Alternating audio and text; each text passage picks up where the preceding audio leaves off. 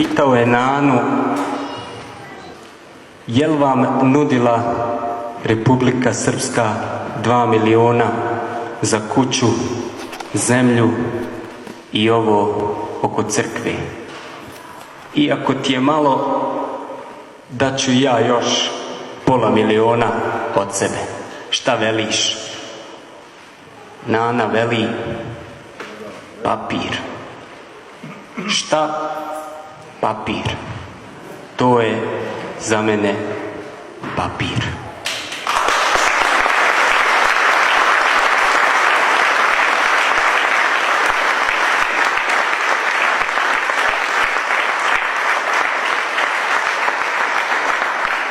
Pa koja nas banda zavadi, Nano?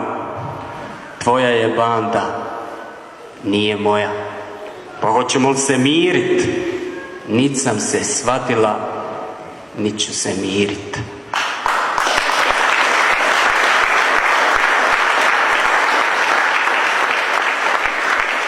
A što se ljutiš na mene? Nisam ja bio u ratu. A ja, sjećam se, tebe ono zovu Mile Ronhil. Ludi boj bije, a mudri šerbe pije. Ne mere se bit jednom glavom u berbernici, a da izvinete guzicom u Aščinici. Kad on na jednoć priokrenu, jesi li ti vjernica, Nano? Jesam. Pa kakav je taj tvoj Allah kad traži da se ruši Božja kuća?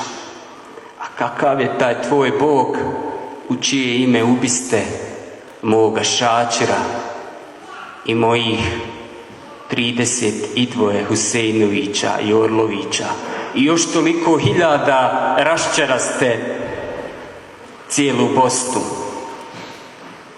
Pred Boga se ne ide izgađanja s tenkovima, ni s pištoljima.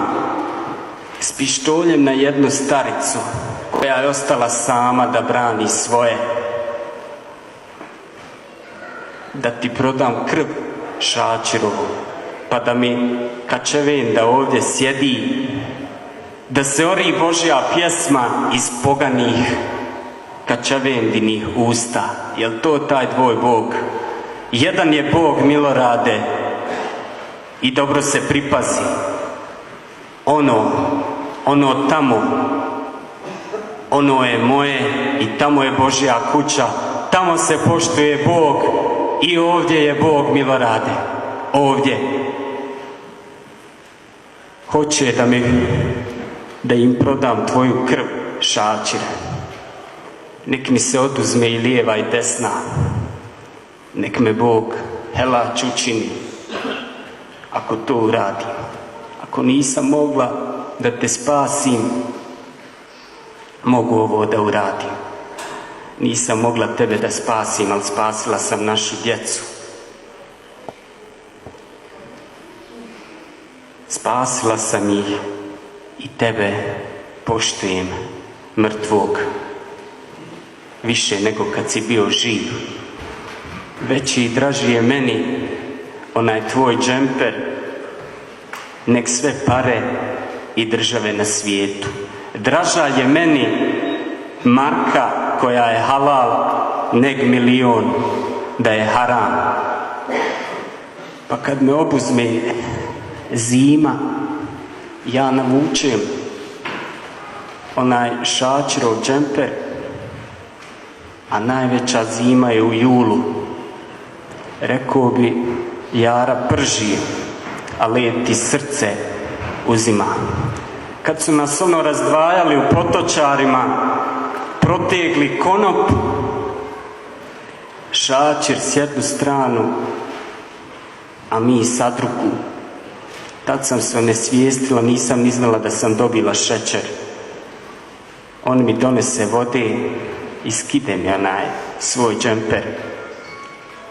Našla sam ga u 3. turi kad se kopao. 3., 4., ne znam. Sve se nadaš da je živ, a znaš da je mrtav. ali čekaš i nadaš se. Ali kad ti ga donesu, tad više nema nade. Munira kaže, ja sam Šačerove sve kosti našla, ali Munira veli, dajte mi bar jednu koščicu da nađem, da je majka u svilu zavije. A Tiđa veli, pa nije majka samo jednu koščicu rodila. Rodila je cijelog sina. A dedo Husein, njemu našli vršak malog prsta od njegove nane, pa stavili u teglu da razmute, da vidi je li ona ili nije. A ono sve se potrošilo. A dedo moli, dajte mi bar malo, da dedo bar prah pokopa.